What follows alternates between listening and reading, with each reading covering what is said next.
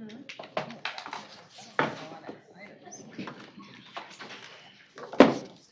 flex, we do 14 now? Item 14? No, I think we're just going to go back to CEO.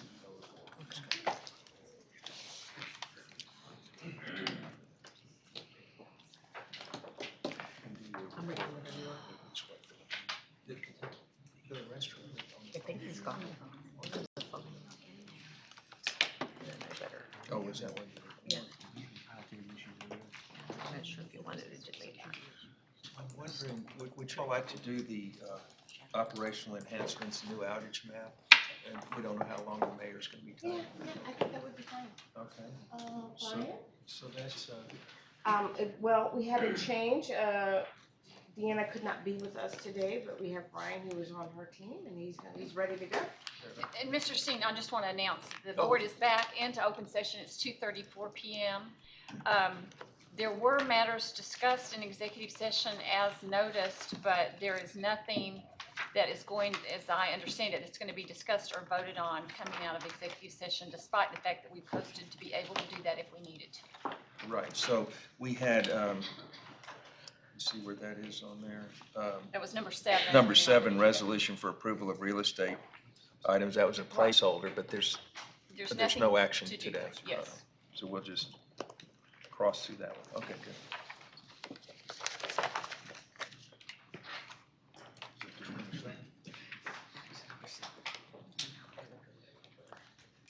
Thank you, everyone. My name is Brian Spool. I'm Director of Customer Service. So I'm going to talk a little bit about the Outage Map and the Outage Map project that we put in December, or in November, excuse me. So objectives and takeaways. Basically, this Outage Map was an opportunity. It's an opportunity we took to... Brian, can you make that microphone closer to you, please? Sure. Thank you. This Outage Map was an opportunity that we took to enhance our customers' experience with outages and our overall customer experience. We have energy advisors that speak with customers, thousands of customers every day. Our energy advisors help the customers with outages, and we implemented some of the feedback from the energy advisors to make this outage map even better than what we previously had thought it would be. So agenda, we're going to go over the background for a minute. We're going to go over the collaboration because we had a good amount of collaboration. Pretty much everyone in the company worked on this at some point in time, at least every group in the company. I think it's over 60 folks. We're going to go over the timeline, the benefits, the enhancements, because we do have some neat enhancements on the new outage map. And we have a how-to video, so we have that on here also, and getting the word out. So we'll talk a little bit about the social media and different things that we do to work with the city and work with the different people and customers and the different groups in CPS Energy to make sure that we're in line with handling the outages and getting the message out with the customer. And then finally, we're going to talk about the outage and restoration experience. So background, like I mentioned earlier, we saw this as an opportunity to make this a better overall experience for the customer, and customers want to be in the know. Right? An outage can be an experience that's not exactly, a good experience. It can be a painful experience. So we want to make sure that the customer has reliable data and they're able to access it and they're not necessarily having to call in. That they're able to have an overall better experience and report an outage easier than what they've been able to do in the past. So we did take a lot of this feedback and we put it into the outage map, and I think we've done a pretty good job with that, and I think it's worked pretty good so far. Let me ask a question. Doesn't our smart meter give us information on outages? Does that happen automatically, or how does that? Yes, sir. Our smart meters do give us outage information. They do tell us when a customer is out, and we're able to ping the meter and see if the customer is back up when they've been restored. So do we integrate that in this whole? Yes, sir. Okay. There's overall systems that goes into this, but yes, sir, we do, and it does update every 5 minutes. I can get into that to a minute, but yes, sir, we do. We do utilize that information to be able to tell if a customer's been restored or if they're out. Thank you. So as I mentioned earlier on the collaboration piece, mainly customers, right? We're listening to the customers on a daily basis on what they have to say and what they would like. Customer success, our group has been facilitating that. We've worked really well with EIT, people and culture, Corporate communications, anytime there's a storm or anything like that, corporate communications does a great job working with us and working with the community and letting them know what's going on. So we had over 67 employees from 10 areas across the enterprise work on this, and it was a collaborative effort, and I think overall very successful in a short period of time. So from a timeline, we implemented this in June. We kicked it off in June. We were able to go with a soft live in September, and then we were able to go fully live in November. Basically, it was only 6 months. It was very quick. It was very successful.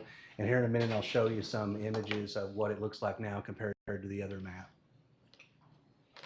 So I think this really speaks for itself. Gone are the balloons. The red, yellow, and green balloons. So on the left is the old outage map, and on the right is the new outage map. And so just overall, it's just more aesthetically pleasing than what the other map has been.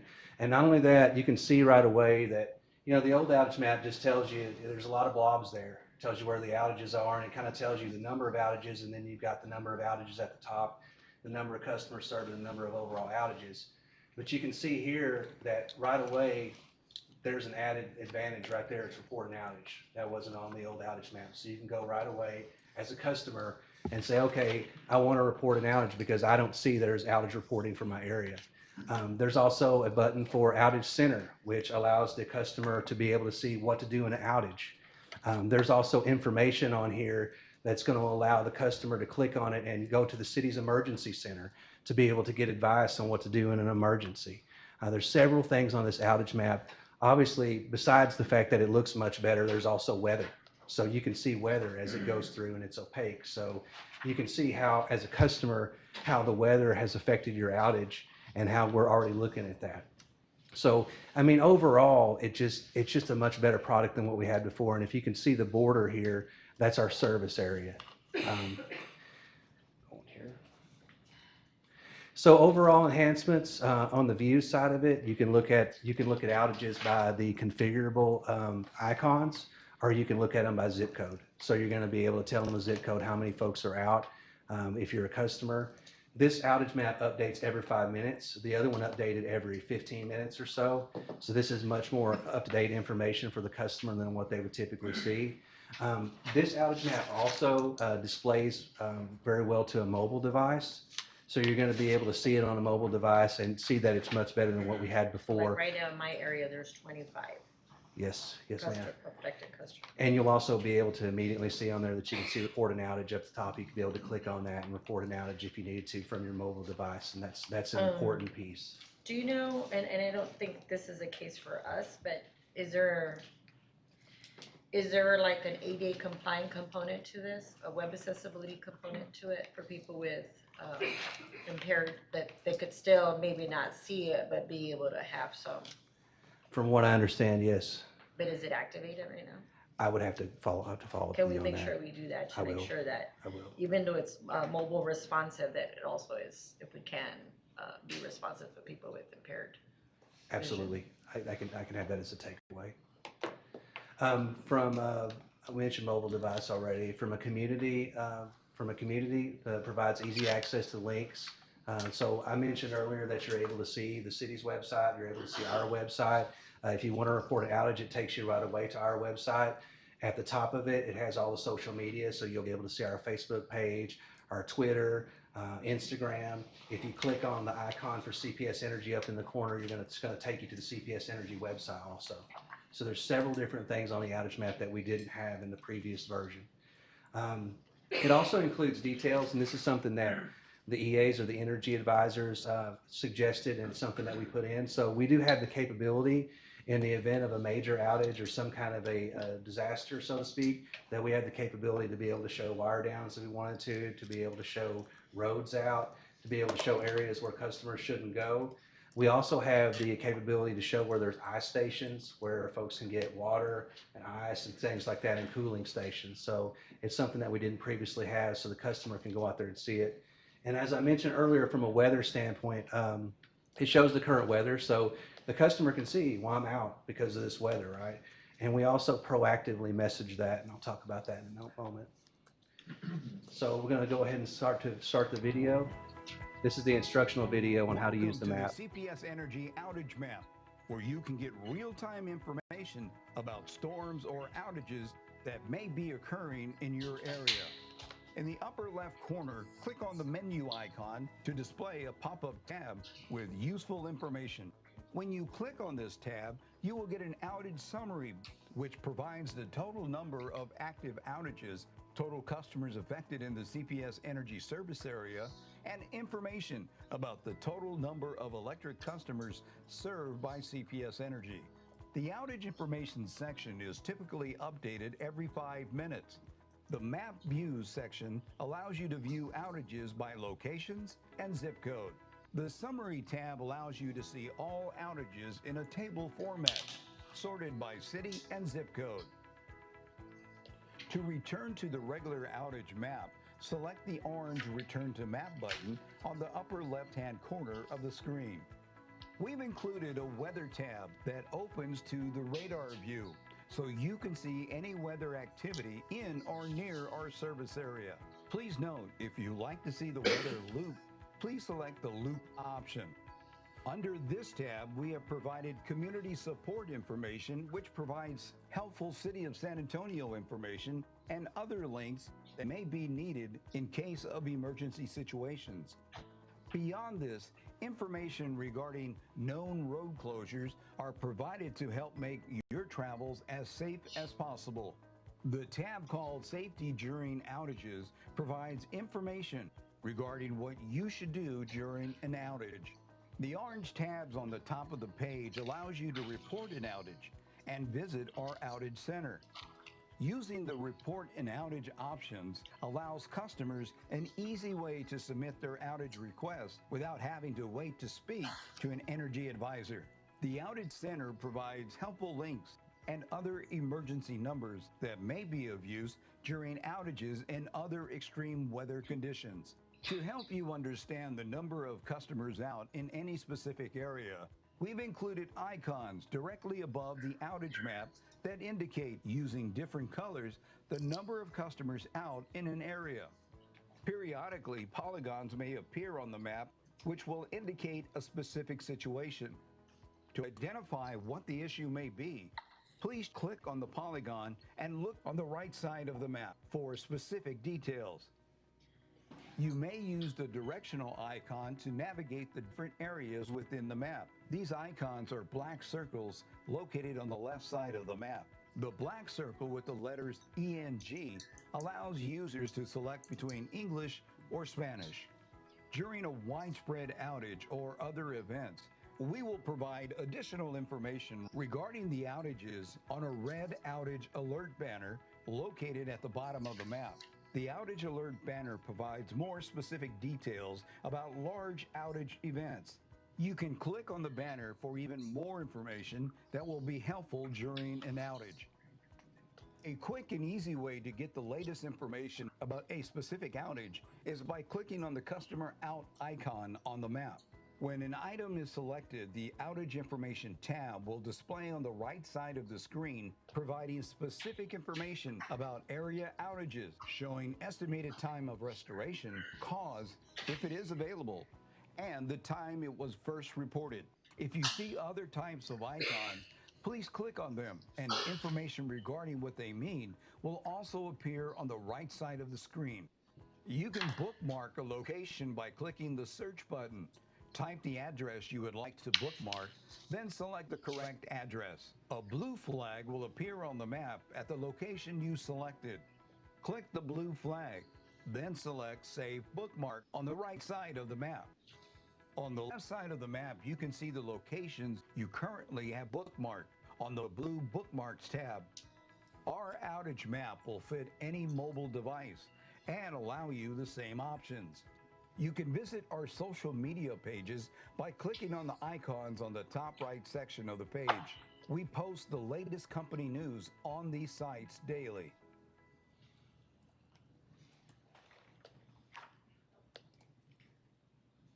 So one of the neat things about this, and we've been getting better and better and better at this all the time, especially with the newest storm that we have, we're going out, corporate communications is going out and communicating with the public on Twitter, on Facebook, all social media, through print, the TV. we're gonna have a storm, this is what you can do to report an outage, this is what you could see, right? Look at our new outage map, check it out. I think even some of the news the other night, Friday night, some of the weathermen were even pointing out that our new outage map looked good and they liked it and it was more informative. So I kind of got a kick out of that. I thought that was a pretty good reaffirmation. So it's really taking it to another level to where we're reaching out to the customer ahead of time and telling them, watch out for this. This is what you can do to report an outage. This is what you need to do if an outage happens. And then it's communicating with them all throughout the process so they don't necessarily have to call into the call center, and they get serviced, and they have basically good data at their, right at their fingertips that's updated every 5 minutes so that they know what's going on. They don't really necessarily have to call us. And I think that's a really good thing. It's very transparent. It's solid.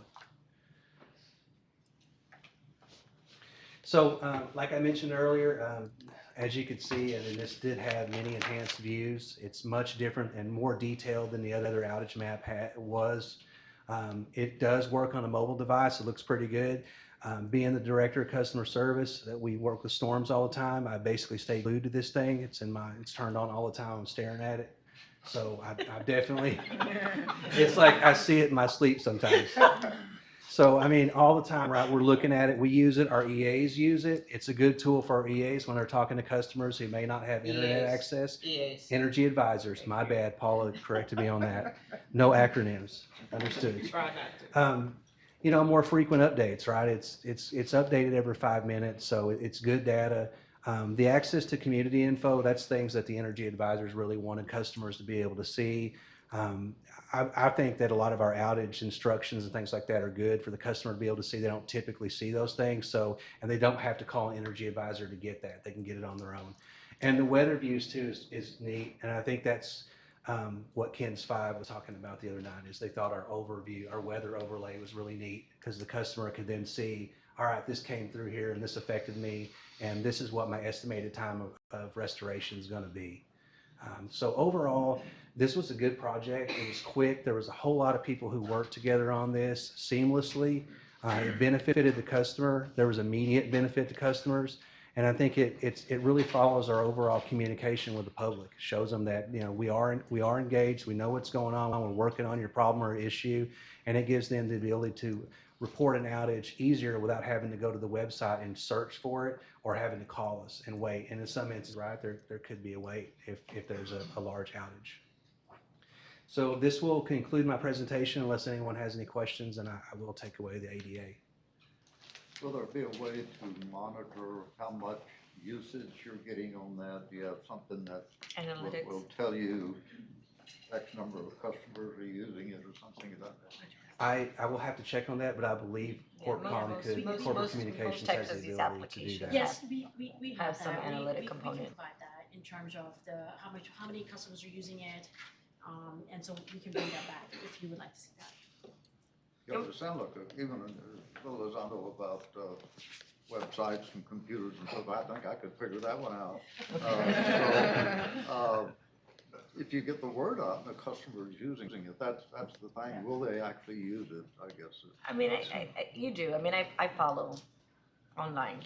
And so I do see that whenever there's storms, you see a higher percentage of social media users versus when it's just being pushed out there where there's no activity. So you do see more participation through this application. So I think it's very meaningful that we have it out there, just making sure that things to consider, again, accessibility for people with disability. I don't know, I don't think there's a requirement right now, but thinking, again, adding some kind of widget or something for multilingual, not just Spanish, but knowing that we have a different segment of, and those are just add-on features that I'm sure most third-party applications can incorporate. I want to say that French is also available, but I think that's right now it's English, Spanish, and French that they had available in these current versions. I don't know what that population is in San Antonio, Right. but I know Houston is very unique compared to San Antonio. It wouldn't be French so much, but it would be Arabic, or it would be something from Vietnamese or from But just take into consideration those features as we get more users online for that. Yes, ma'am. Is there a time, oh, I'm sorry, Matt, go ahead. No, no, I think it's fantastic. I love it. I will certainly use it. My question is, the city is also trying to make more accessible reporting, things like 311. There's a 311 SA app. Are we going to integrate that with a link to this or anything like that? It would be up to the vendor. If there's an API, they would allow import, Look into export that. data into your Just- 311, Just if 311. there's We'll a take link that to away. this, Mhm. yeah. I mean, it would just be through That an would open API up that. function. So my question is there a certain time of year where there's a concentration of outages? Is it the spring or is that, or do they occur year round? We have, well, with global and climate, we're actually seeing an extension, but spring usually is a heavy season. But even June this year, we had a storm every day, every week of June. And so now it's just one of those things that people, we have them all the time. We had a storm, and that was a weird storm last Friday. So, it's kind of just more. So I think this is fantastic. I don't know if have we really made an effort to present it to city council? Have not yet. We're showing it to you first, and then we're gonna include it in the preview. And I think also, and you mentioned the media's already picked up on it, but maybe we ought to make an effort with our media friends. We do Yes. have friends in the media. We do. Really? Yeah. Yeah. And then sell it to my mobile company. But no, to say you're- this yes, is sir. something that you because of course that's always big news when there's an outage. It ends up being on the front page of the paper and that sort of thing to have this. And then another thought I have is you have that periodic meeting with the mayors that are Yeah, the within suburban a- cities. and, it'd be great to Yes. have this presentation. When's your next meeting of the? Summer of 2020. They're coming up in the summer, but we can do something special for Yeah, them. you can just John do is in a constant contact and media with the advisor. CAC. Because they could take that back to their cities. I think they would really that'd be really valuable for them. Thank you. Thank you. Great, appreciate it. Let's get back in order here. Let's go to the CEO report. CEO report.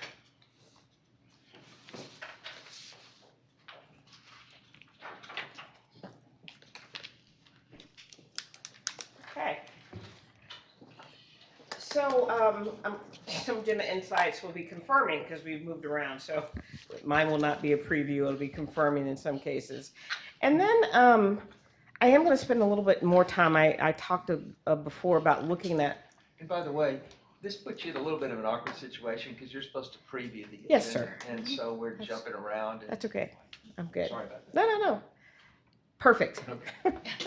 Now you know the answer. I can just go see what happened and it will be good. But I also am looking for, and then I won't hit this on every single time, but I am going to continue to delve into certain situations that we're seeing in the industry and kind of look at companies and their landscape. Again, Dr. Femi, for example, said study California and look at kind of what's happening and see where you can learn. Well, the company that I'm going to talk about today is operating in the state of California, but there are many, and you'll also hear from other people as we start to talk about how we're looking at markets and what are we learning from across the globe in markets. And then I have a big, you got a preview on your table about an organizational change, but I want to make sure that officially I address this at a board meeting. So, as you, as everyone knows in the room, and we had an answer that there was no action taken, but it's good to remind everyone that we do have multiple properties that we have in a process. So we have an external consultant, CBRE, a very global and well-qualified company helping to market those properties to others in the community. They are excess pieces of property. We do not need them to maintain our energy systems, and they can be a greater good out in the market. Not in action yet, because it takes a while to market, to get answers back, work on different terms, and figure out what's the best opportunity for CPS Energy to monetize and sell those properties.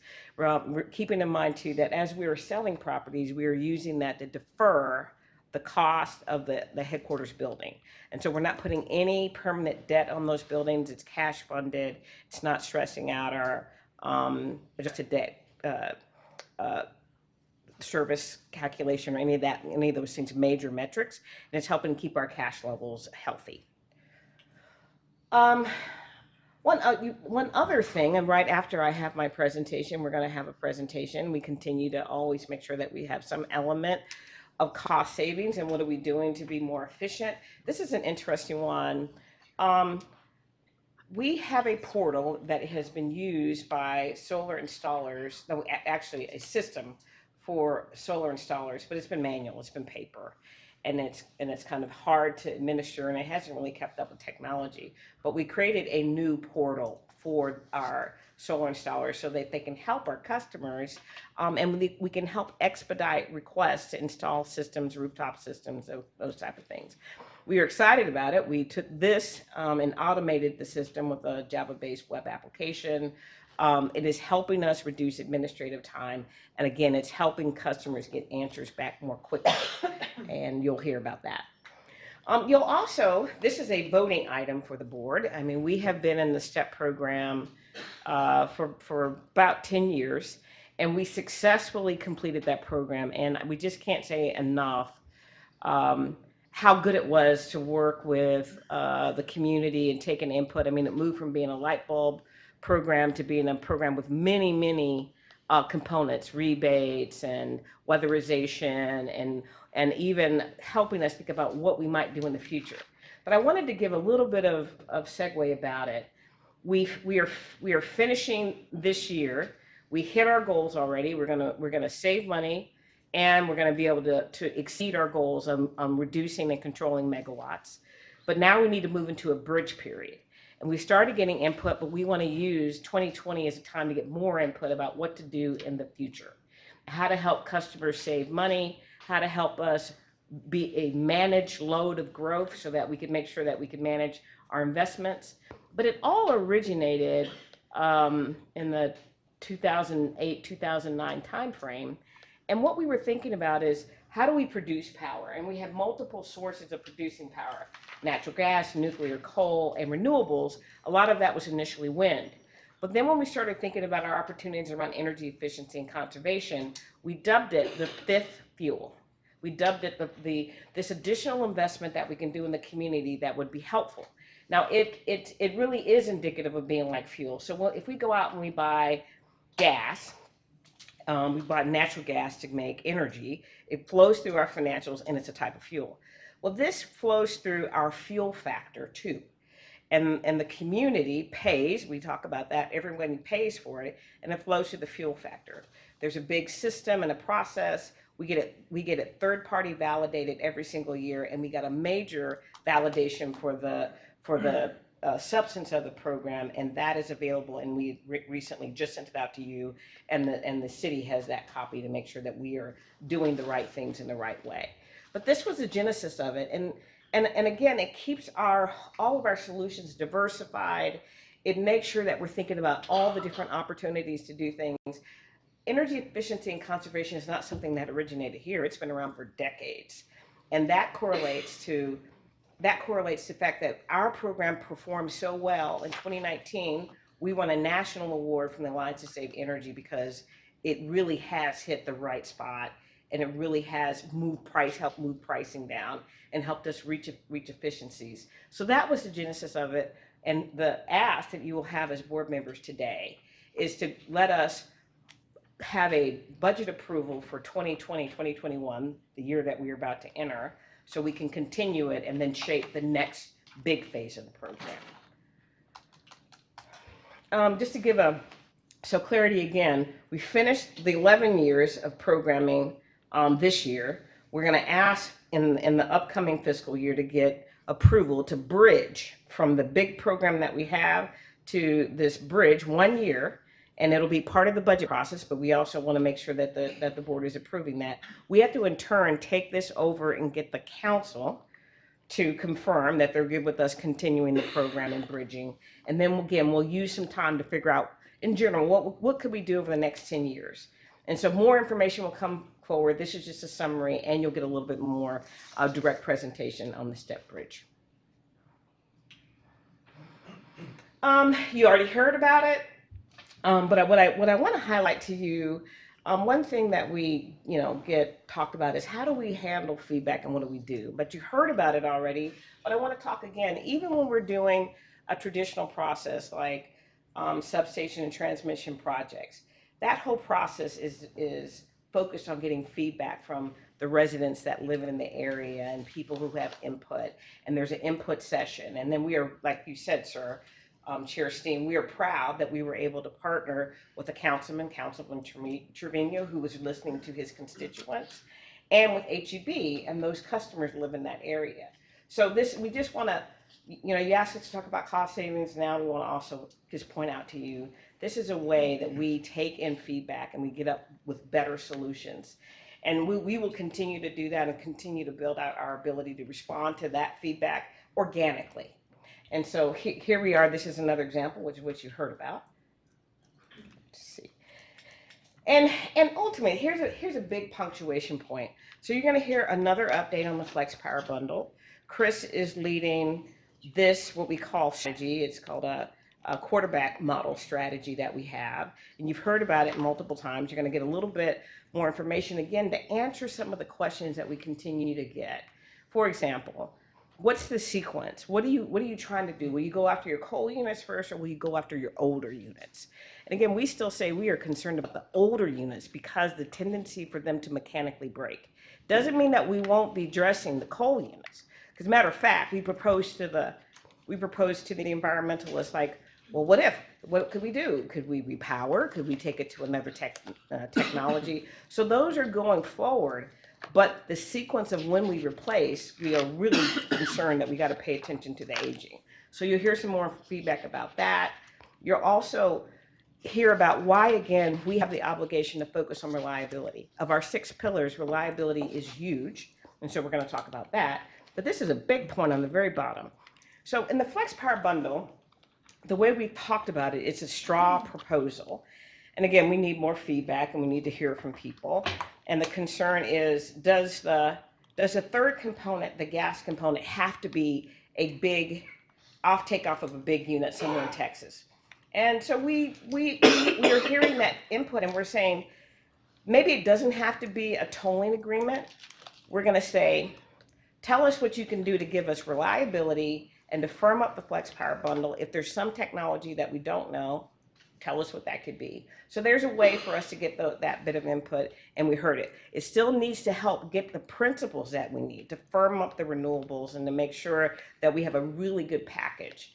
But again, there's a way for us to get that input. Now, what I want to stress is we are asking people, and we have businesses coming in all the time to make proposals. And we have ways to go out and get information. And because we have a global profile, people approach us. But the feedback was right. So why don't we also put a touch point inside of our potential RFP process? So we'll be talking about the environmentalists about this and see if we're scratching an itch for them. But also, again, getting ready to prep sometime this year for a proposal that allows us to get more input. So that's that. Obviously, again, it's always important to get customer feedback and what that outreach looks like. So we have another update about some of the latest things that we've done. Again, all based on trying to get feedback organically and make changes very quickly as we can. You heard about the Outage Map. We are very proud of that. Again, that was based upon customer feedback. When I look at those big red and orange and yellow, I mean, that was terrible. So we needed to fix it, but we're proud of it, and we've got to do some additional outreach, as you suggest. I want to say again, every time we do a quick meeting, we just can't get the financials printed out. They are coming to you. They'll come out on separate cover, but we are doing well. We are having a good year. Our plants performed well. Our cost control is great. Our cost savings on debt refinancing, we've just had a good year. We have been able to stay on it and just stay focused and pull out something that was strong. Okay, so let's talk about this energy landscape and what we're gonna do. So again, interesting hot stories and topics in the industry. What can we do to talk about it? Okay, I'm gonna talk about PG and E a lot. So this is the big utility company in California, and they have struggled for many, many reasons. And there's 2 articles that I'm using to illustrate some of the challenges that they've had. The first one is one called Wired to Fail. These individuals who have written the story have a lot of familiarity with this organization. And so I'm pulling out quotes, and I'm going to talk about context. This was a big quote fairly early in the article. Executives were so focused on the past and the future that the present sneaked up on them. And I thought that really hit me, because we often think about things in terms of the past, present, and future. But I think what this cautionary tale is, you gotta keep everything balanced. And we think oftentimes as an operation company, we've got to make sure that we are answering and addressing customers today. This is why we pay attention so much to the feedback that we're getting today, to our surveys, to our benchmarks, to our metrics, so that we stay focused in this current performance time. But this is one thing that was quoted, that PG&E might have been thinking about where they were, and they might have been thinking about moving to new technologies and new solutions, but the day-to-day business, there were issues there that they had to address. So I highlight this. I will send the article out to everyone fully, and there's a very interesting chart, and this chart starts 2003. It picks up the different CEOs, and it goes to, like, I think 2018. And what's critical here is they actually have declared bankruptcy more than once. This is their stock price. Their stock price was really in the tank, and they had a lot of issues. And so you see them coming out of bankruptcy there in the 2004 timeframe. And then you see this nice escalation up, and things start to still, feel good. But there were a lot of things that were problematic and tough in the California market, as Dr. Femi says. There's a lot of things going out there, and sometimes when you rush to try to fix things, depending on how the sequence you do it, there could be some issues. So California has wanted to increase competition, and the thing to keep in mind is PG&E is not a municipal entity. PG&E is a IOU investor-owned entity, but they have a service territory that they manage. But the state regulators and the officials want to deregulate that and open it up to competition. All good. CPS Energy's premise is give all the benefits of competition without the complexity, and we understand the interest in having those competitive things. But things were happening in the background is that the wholesale energy prices were spiking because of the issues around the delivery of power. I mean, just every day it is a challenge to make that happen. And so they had high prices and they had blackouts. High prices and blackouts. I think that's the quickest way to disappoint your customers is charge them more and deliver less reliability. And it was just a situation that was happening in the state that they were experiencing. And then, this is a side note, with all the turnover that they have, it is normal to have a lot of turnover. It's hard unemployment is down, it's hard to hold on to people, things happen, but they probably had a very unusual environment in which they had 100% turnover in their top officer executive ranks. That's huge, 100%. I mean, just almost untenable. You have no continuity, and then again, you keep starting and stopping, and nobody has a history, and nobody's thinking about the things that they committed not to do. They're only looking forward at that time. And then they hired a lot of consultants and had hundreds of millions of dollars where they were trying to figure out, well, what could we do? How could we be better? And they had a lot of great suggestions, and they had a lot of suggestions that weren't so great, and they had suggestions that were great that didn't get implemented. A lot of different things happened. And so they had all of this investment in time and resource, but from the customer's perspective, and this is from the article, the substance of the article, it didn't lead to better processes. It didn't lead to shorter wait times. It kind of left the customers in their same place. And then they noticed that they were spending money on improving processes, and you're not spending as much money on your existing equipment. Then as your equipment ages and you start to have more equipment failures all the way around, that's going to manifest in how you operate. So this again is the landscape that they were operating in. So it was great, right? You saw the chart on the stock price go up, but then again, here's what you start to see is the stock price went down. And this is the financial performance went off, the investors were upset, but more so the customers had felt the issues around the operating performance of the company, and still in some ways have felt it. And just to highlight again, one of the things that you saw in the paper is what they have is they have a lot of wooded area. They have a lot of extended suburban customers. They have a lot of distribution and transmission lines that go far out. If you go out, there's a lot of dry, they have a lot of dry and arid areas. They have a lot of issues with trying to cut vegetation around their lines in a way to be able to fund that. I mean, it's expensive. We know how expensive. Rudy lives that fight every day. It's expensive.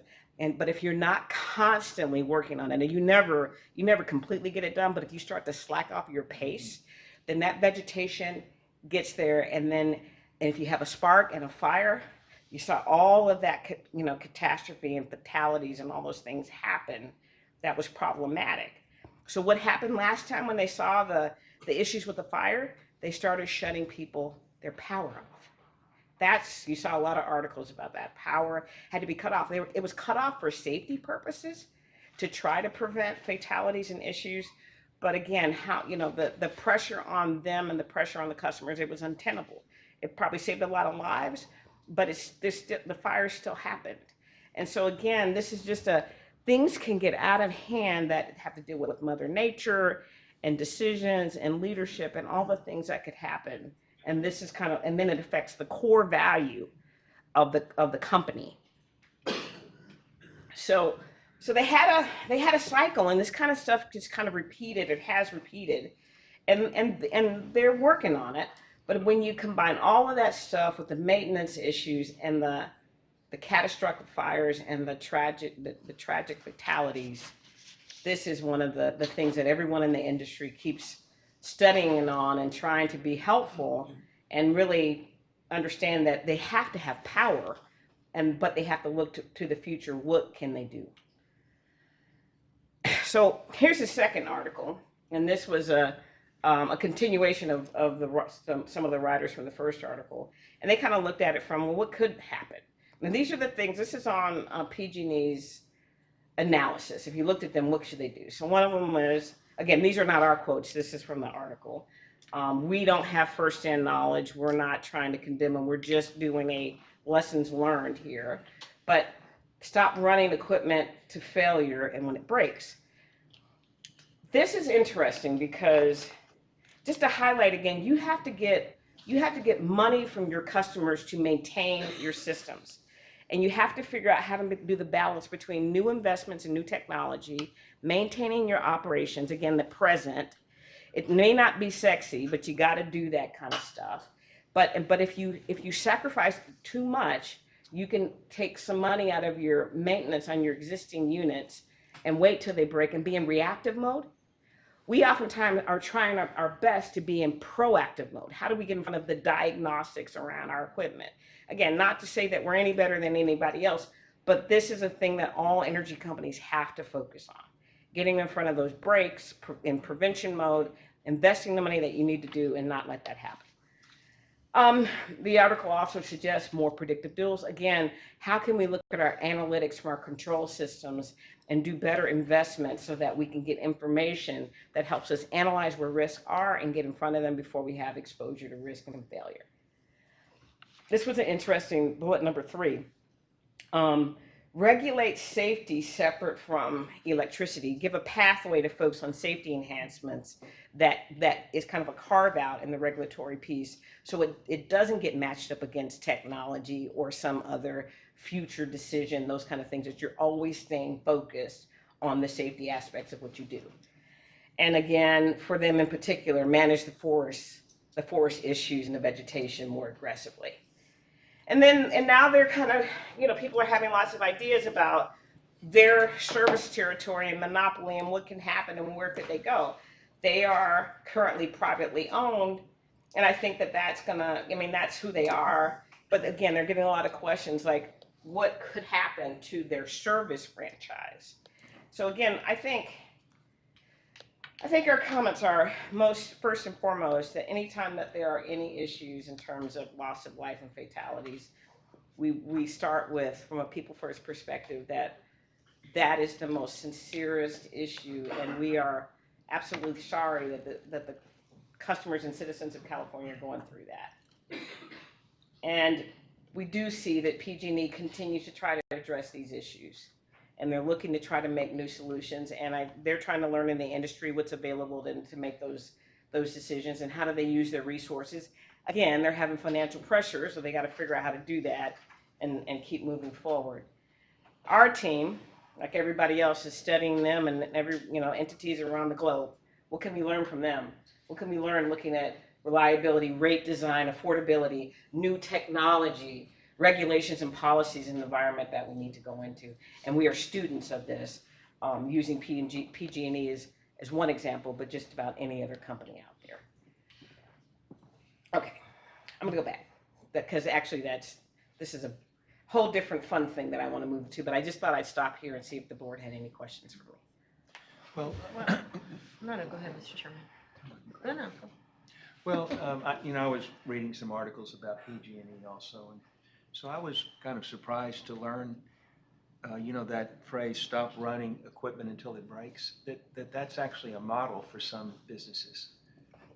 And that's a way you can get too focused on the financial aspects of it. We're trying to save money, and then you're not thinking about Yes, sir. that this equipment, at some point, it's going to break.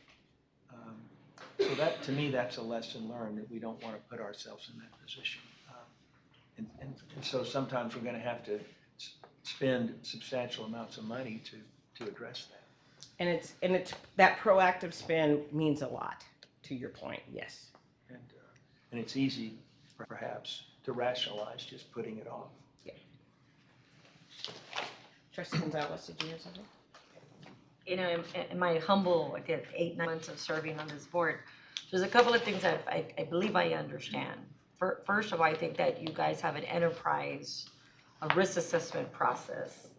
So in my opinion, I think we're in a much better position than this organization is. But this is just a rude reality of never take, fingers off the pulse. Like, you have to be on your game. So we already have an enterprise predictive tool and assessment risk system in place, which means that one of that process is to evaluate our equipment. The other thing that we have in place already is we have a full understanding of the threats, that they may change your business model. And then I believe that we also are taking those things in mind. If I understand it correctly, the consideration for the STEP program addresses, adjusting our business model and also taking risk into consideration that play into our flex power bundle. Is that the case? That is correct. So in my opinion, I think we're just in a much stronger position, and I would just urge as trustees that we continue to make sure that we don't lose focus. I don't always believe that spending more money brings you the better results. I'm very mindful and conservative. I think if we have a good risk assessment, we spend as we need and plan for contingencies. Because with any project management program, you have to have room for contingencies and have funding for that. So as long as I think we're mindful that we have that in place, I think that we're in a better position. I think all your team, and including yourself, CEO, our CEO is doing a great job. And that's why you just won that award. So in my opinion, this is a great article to keep us focused. But from what I understand in my, again, young tenure, we're doing a good job. We are doing our best. We are humbled by the responsibility that we have here, but we are doing our best and getting results, but we take nothing for granted. That is all I have. Other than, I'm sorry, I lied. Ta-da! So you had it on there. I was able to talk to you a bit. Felicia has given us the benefit of her wisdom. Felicia has 40 years of experience working in multiple different roles. And I talked her out of retirement to come share her strategic thinking and time. And she's probably has challenged her team tremendously in a good way. But I can't, when somebody tells me they're done or they're getting close to being done, I can only be thankful. And so I want to thank her and thank her for, she has already taken time and focus and been working with Rudy on some other things. I mean, he has been a real active student and a great deliverer of value for our customers already, particularly relative to outages and systems that have to be maintained and all of those things. And so we will be working on that transition over the next 5 to 6 months. She has been kind enough to hang in there so we can make a very smooth transition. And you will see that Rudy will be taking on those responsibilities and be supported by the rest of the company, and the rest of the senior chiefs are all in. It is a bittersweet but important day. Succession, this is what succession is about. We are ready, and we are mindful, and we are proud of both of them. So if I could get a hand for both of them.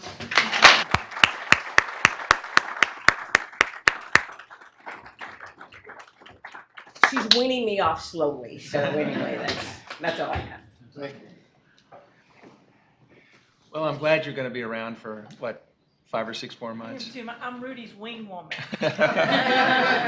Well, you've done an outstanding job, and I can just tell by the smile on your face, I think you're ready to move on. I just have to add a little clarification. The job I retired from was PG&E. Well, this is true. So it's first-hand knowledge. So,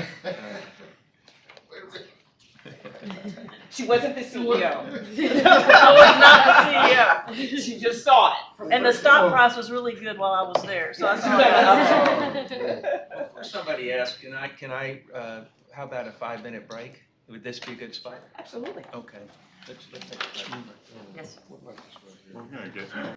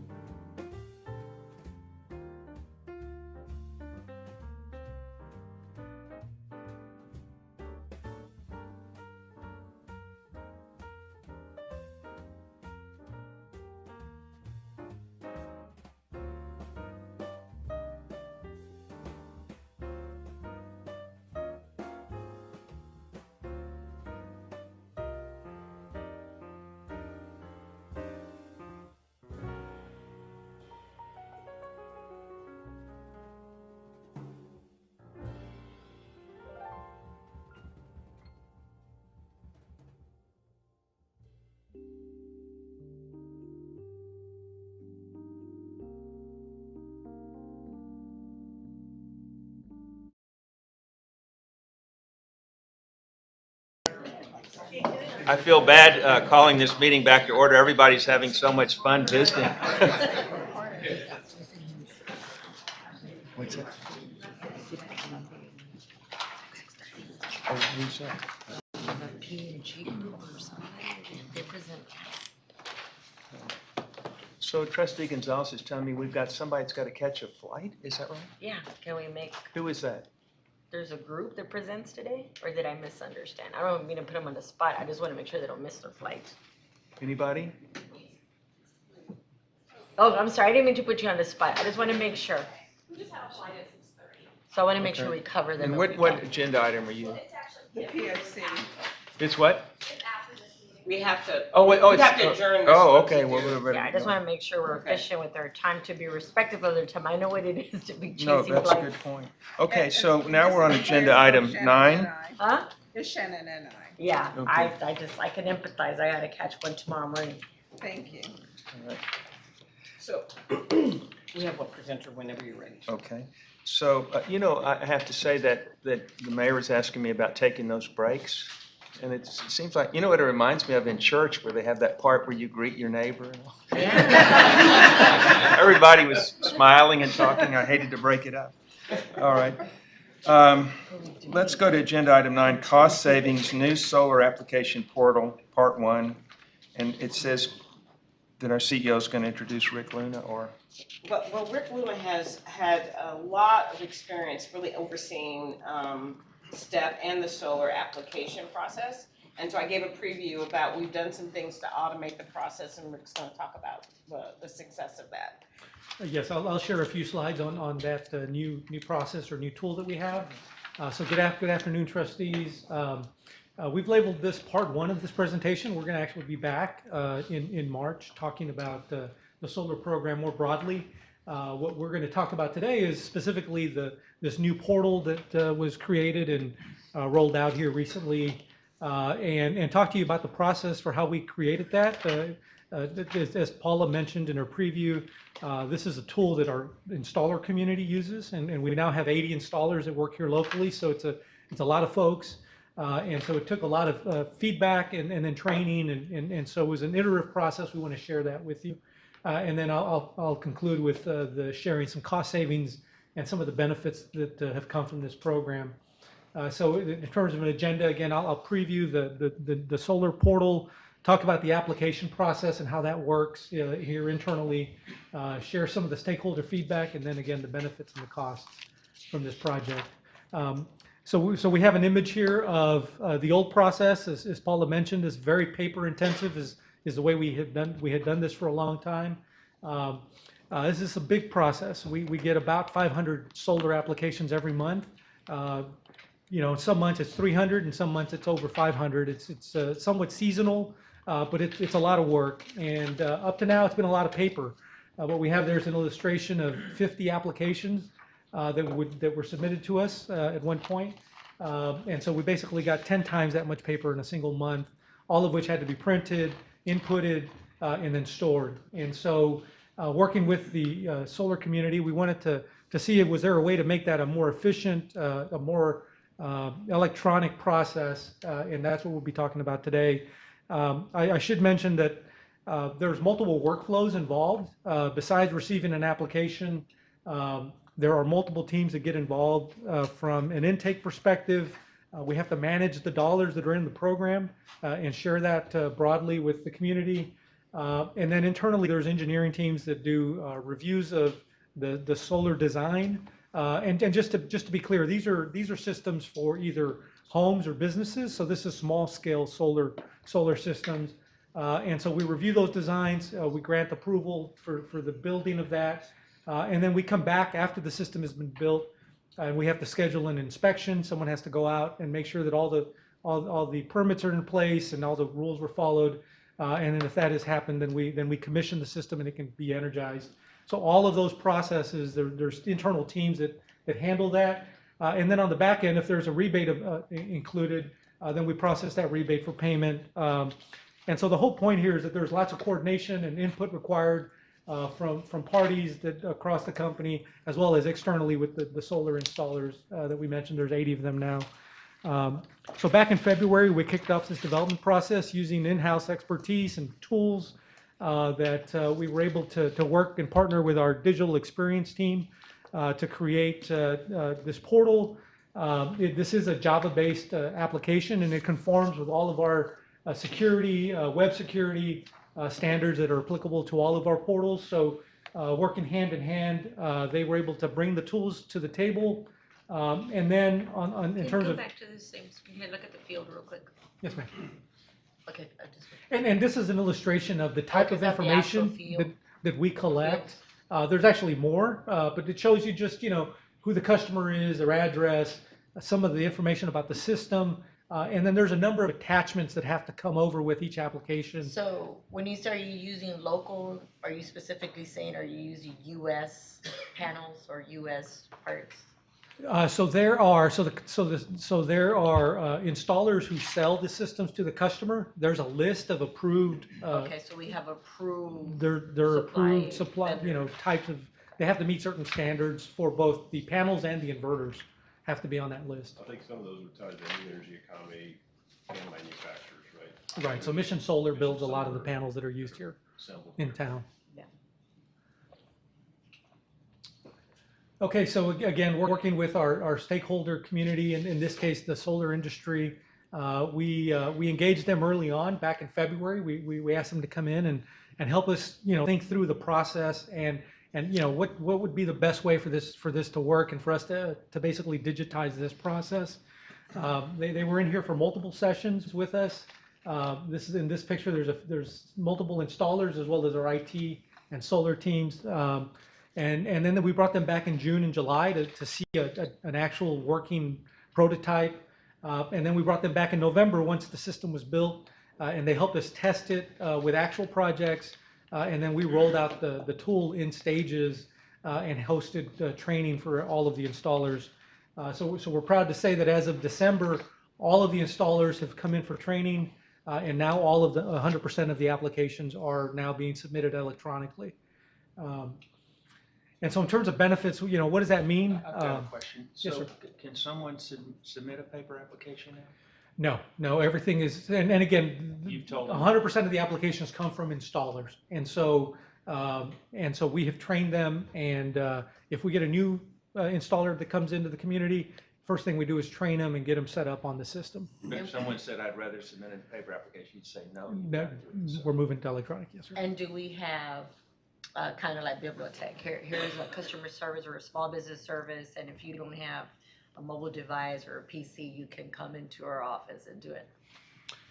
So the installers that we work with, I know for the this is most their part, but we're business. just talking extreme. Extreme You'll case. I always- think we you would. might get a small business that might not be We that might be able to savvy. be capable, yeah. I'm We just haven't had curious. that happen yet, but I think we could accommodate. Yeah, just I will tell you, the That'd be an solar extreme, yeah. installers did a big cheer when we announced it was automated. yeah. No, I'm sure. I mean, anything automated is always, but I mean, I always think there's always a Right, that the one one outlier. small business that will then say that we don't have a fair process for those that are maybe not as technology literate to Right. be able to do something. And We do have, like, crew could be available to help them. Yeah. There's other capabilities y'all have. And I'm sure we do. What I don't want is an additional expense, but if we can repurpose some kind of existing capability, I would want to make sure All the that. people are still here, so. Yeah, but I mean, just to leverage, Yeah. just keep in mind, there might be one startup, home base, wants to get into it. I just want to make sure we're mindful, that's all. Fair Without point, and we want to be inclusive. Without going extremely, that having to open a whole center for one person, that's not my point. Right, thank you. And so some of the benefits that we've seen already is data entry. So back to the paper applications, we had staff who would then enter all of the details. We don't have to do that anymore. That saves us about 50 hours a month of data entry time. We no longer have to print all of these applications. We no longer have to store all of the paper, and so that's a big savings for us. And then it's allowed us to review applications a lot faster because now everything is in place in one place. Don't have to go searching for things, and so we're able to get those out a lot faster as well as get those to the teams that need to review them. And we're estimating about 10 days from the entire process from beginning to end we can take out of that out of that process. So it's pretty significant. So is phase two long-term, I mean, is your vision to use the same type of portal for also public feedback? Because I think one of our responsibilities is to also vet or evaluate how well the pre-approved vendors are doing. And the only way to sometimes find out is public feedback. So does the public have some kind of public interface when they pull the 10 vendors that have been pre-approved to say 4 stars, you know, that organization does well? Is that a future phase? We get the feedback today from customers. Okay, good. We do, yeah. And but is there a need to like pre-generate it on the portal? Because right now the portal is just more like a private user login versus public facing. Correct. Correct. Okay. Just something to consider. Yeah, absolutely. You're shortening the application process by turnaround by 10 days, but what is the period? What's the? From and so when we talk about the entire process, we're talking about from receipt of application until the system goes live and we pay a rebate, and that can be 4 to 6 months for a system. Now a lot of that is building time, so that's really not in our control. But typically anywhere from 3 to 4 months on the short side to up to 6 months. And so we could take out of our part 10 days out of that process. Will this work on your big commercial applications too? Yes, sir. This is intended for our commercial customers as well. Good. And the requirements are similar, so it fits very nicely with the way that they submit applications. Good. And so last thing I'll mention is that the other part of this for the installers that's a benefit is that they can now also track their applications. Before they'd have to call us and see where's my application. Now they can follow it directly It's more themselves. user control. Reduces calls. More control. Visibility, absolutely.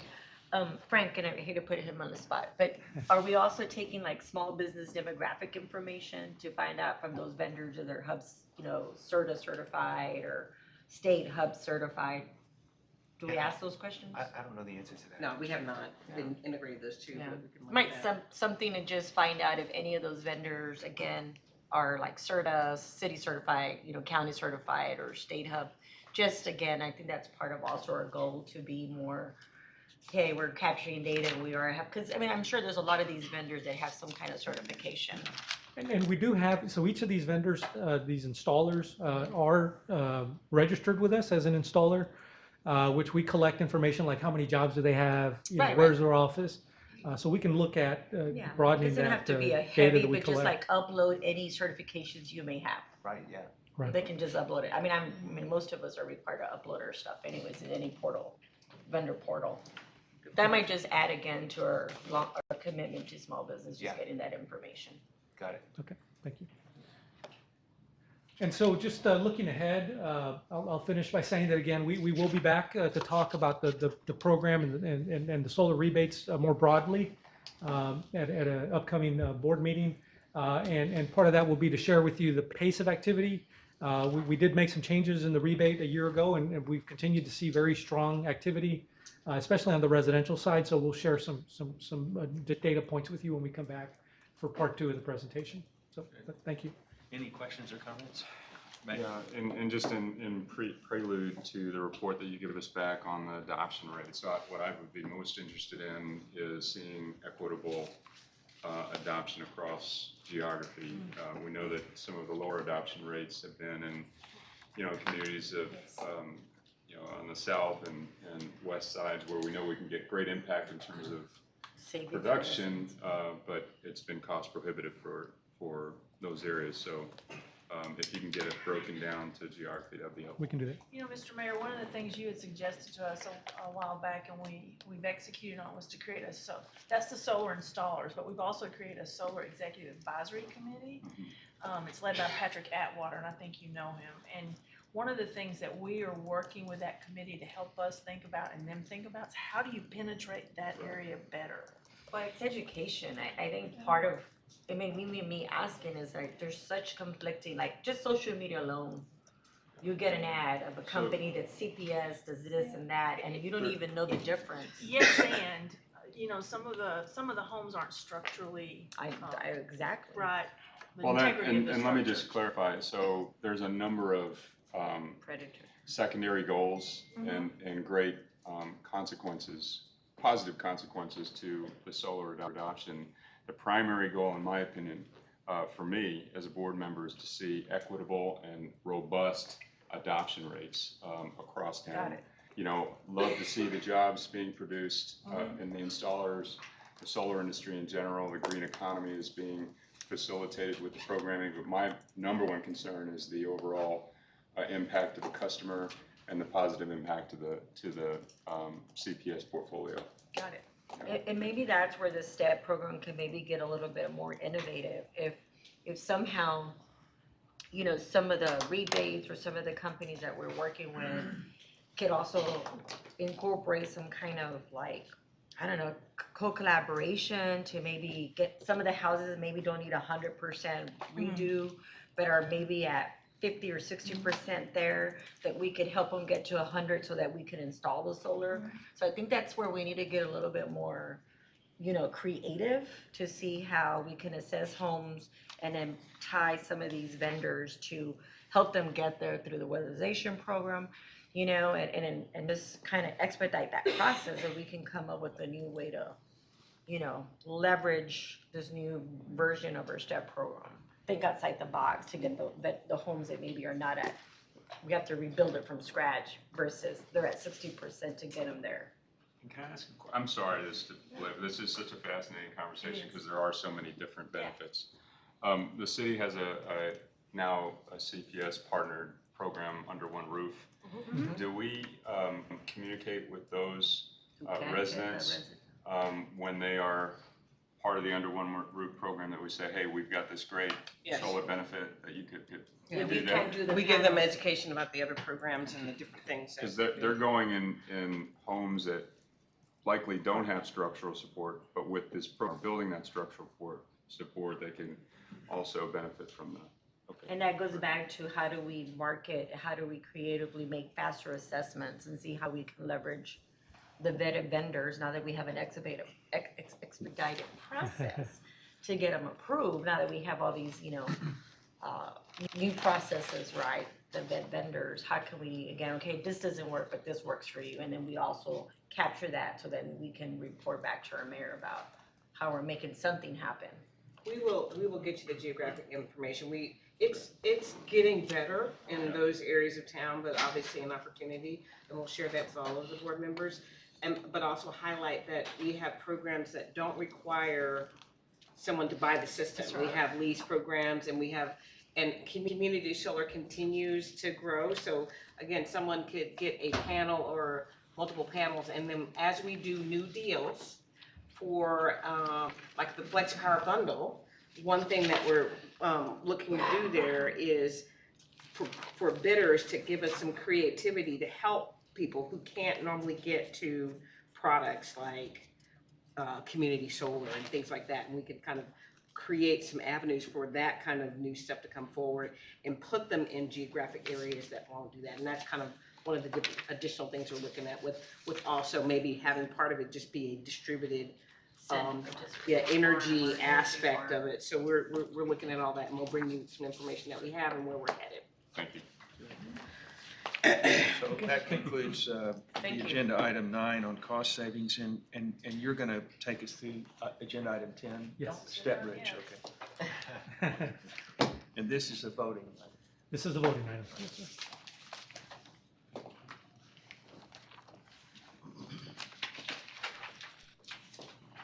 Okay, here we go. Okay, good afternoon again. Thank you for the opportunity to present on the proposed STEP bridge program, the one-year bridge program that Paula previewed earlier. And so our objective today is to recommend continuing the STEP program for a one-year period and request your authorization to proceed. This would, with your approval, would be preceded with council, a request to council for approval as well. And so I'll talk a little bit about the achievement of the STEP goal, talk a little bit about the vision of STEP, our proposed path forward, talk about how we would use this time in the STEP bridge to continue to inform the process that results in the development of the Flex STEP program, including robust community engagement, And then I'll conclude by requesting your approval. And so you've seen this slide before, and I want to share once more that we have achieved our goal. The STEP metric was 771 megawatts by 2020. We've achieved that a year ahead of schedule. We actually achieved that in August. And we're going to do that, or we've accomplished that with more energy savings for fewer dollars than originally expected, which means that we've got a higher return on our investment per dollar spent on the program. We in the ordinance had a requirement to reassess the STEP program in 2019, and to do so we engaged ICF, which is a nationally known, reputable, done a lot of work with large utilities on efficiency programs. We engaged them to help us with a formal review of the STEP program, look for some lessons learned, opportunities for future growth, untapped needs, for example. And so the result of that is that you see the images there of the cover of that report. You received a copy of that. And I just want to highlight a couple of the findings. They validated for us the significant amount of energy savings that we achieved as a community through the STEP program. Over the lifetime, it was 6.3 million megawatt hours that we saved, or the customers saved, through our programs. Just in FY19, that translates to the energy to power 104,000 homes. So in terms of scale, these are very significant numbers. And that had an economic impact. To the comment about green jobs, they estimated that 680 jobs were created on average over the lifetime of the program, resulting in 28 million in income per year. And it also had environmental impacts that were large. And so, for example, 3.3 million tons of CO2 emissions reductions, which is equivalent to the carbon sequestered by 3.6 million acres of U.S. forest in 1 year. So all of the findings are in that report that we shared with you. There's a number of other interesting highlights in that report, but I just wanted to touch on these today. And then at a broader strategic perspective, what STEP has achieved is the original goal, which was to really become that fifth fuel. And Paul has shared this graphic earlier. This was from the original STEP presentation to council back in 2009.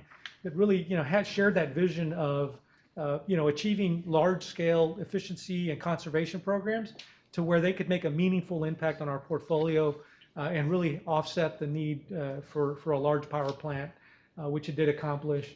That also then brought additional diversity to our generation mix and helped us not only defray capital investment, but also reduce our cost of power, for example, especially at peak time with our demand response programs, where we're able to replicate a power plant, but with customers being the ones to reduce energy at times of peak. So energy efficiency and conservation, just to highlight there at the bottom, they're part of the flexible path. They've been a part of our past. They're part of our present reality today, and we see them as part of our future. And so our proposed path forward, maybe taking a step back first to the original STEP program was for 12 years. We accomplished that a year early, and we're projecting there 825 megawatts will have been accomplished or saved by our customers at a final cost of $719 million, which is $130 million below the original projected budget. For the 1 year STEP bridge that we're proposing today, we are recommending $70 million budget, and in turn for that we'll deliver 75 megawatts of continued or additional reduction on top of that 825. And then over the successive 10-year period of flex step, these are estimates, but we want to put up here what we think are achievable targets: 600 megawatts additional at a cost of $700 million over the 10 years. And so in aggregate, over 22 years, we'll have seen commitment on the part of our customers of 1,500 megawatts, and at total cost of $1.5 billion. And so the reason for the bridge, and Paula mentioned this earlier, is really to use that time frame for continued input with engagement with the community and have continuity of these programs because they are so large. Starting and stopping programs at this scale is really a challenge. And so we believe that because of the meaningful results and the meaningful contributions that they generate for our portfolio, that we should continue those through that 1-year period and allow ourselves the time to continue to gather the fee. From a residential bill impact perspective, you've seen this chart before. We showed this last month. This is the cost to a residential customer who uses 1,000 kilowatt hours per month.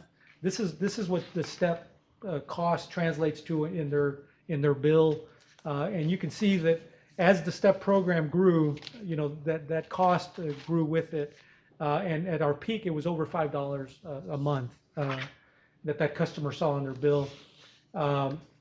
That plateaued and then now has been declining as we've gotten more efficient with our rebate dollars and basically achieved more savings with fewer dollars. That's been on a decline.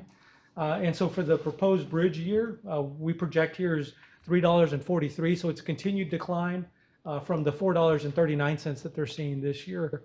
And we think that that's important because it's really underpinned by a couple of our pillars as a company, right? Is customer affordability being one of the key aspects of that, being financially responsible and trying to optimize the return on our investment, and continuing to be environmentally responsible, providing resiliency and reliability to our portfolio through the STEP programs.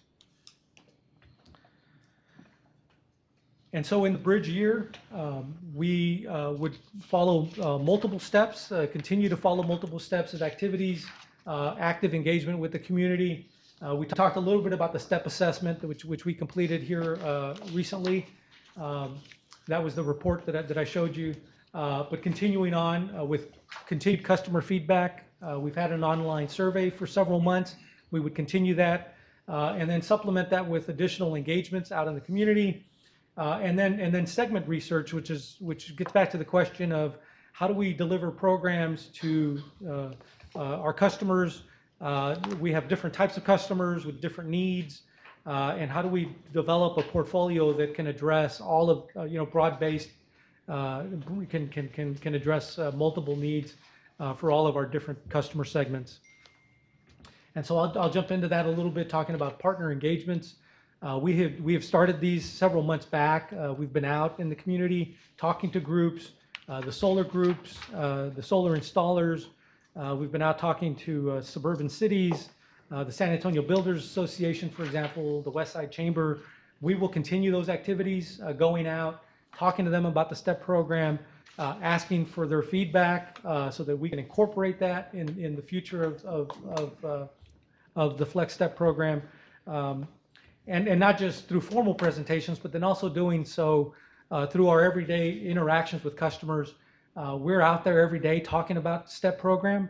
And these are just some examples, through our community fairs, through district council meetings, homeowners associations. We were recently at the Bexar County Business Conference. We're at the Mission Open Air Market every week. And so, when we're out there, we're talking about the programs, we're hearing from customers, and we get valuable insights from customers about how to help address their needs.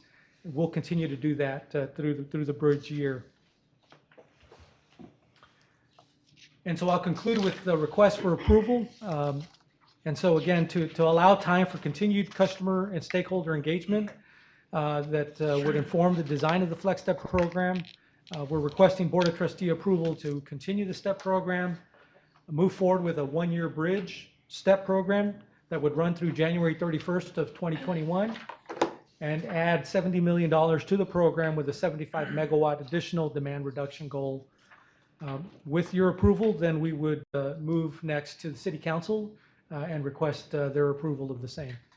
Have we gotten any feedback that we leveraged the CPS Citizens Advisory Board, and have they communicated to our city council members about the STEP program, and did they provide any feedback? Or have we been talking to our city council members, and have we been inclusive of maybe their We've been thoughts. talking to them for But a there's no long time. yeah, right, but is there any, like, a specific information of things that they wanted to see and we've Not taken yet. it? Okay.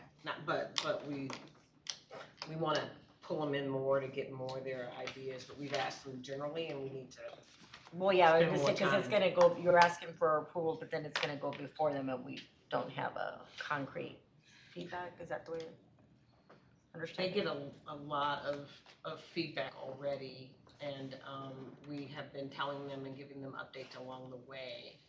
And but we have gotten no complaints. Again, we're trying to figure out about EVs and new technology and where we would go for that. And just so and I don't know if it falls under here now, I know we got a lot of feedback prior to, I think, our last board of directors meeting about battery storage.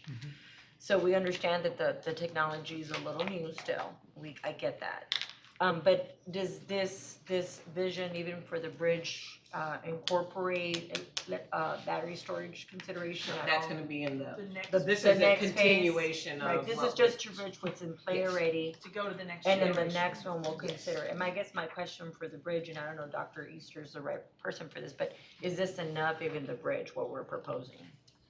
Well, it continues, it keeps. No, I understand, but yeah. I'm saying, even the 1 year, is that enough of everything that we need? The watts, the Yeah, megawatts? no, I think it is part of our resource plan, so as we think about, what kind of generation resource plan we have, the 75 megawatts is in there. So it is important from a generation perspective. And Rick's team has a lot of sort of flexibility in terms of thinking about different kinds of programs. The whole solar program was a big, was really spawned by the STEP program. So as Paula said, EVs, even storage, we're thinking about storage as demand response program. Well, that's what I was saying, products. I just wanna make sure Yeah. that, cause I know, like, one of the things that was a big walk away for me from that conference that we sponsored not too long ago, electrification Yep. process, that those are affordable things that, that people could be doing in the low income areas, or even middle class areas, that people might wanna adopt that kind of technology first before doing other things.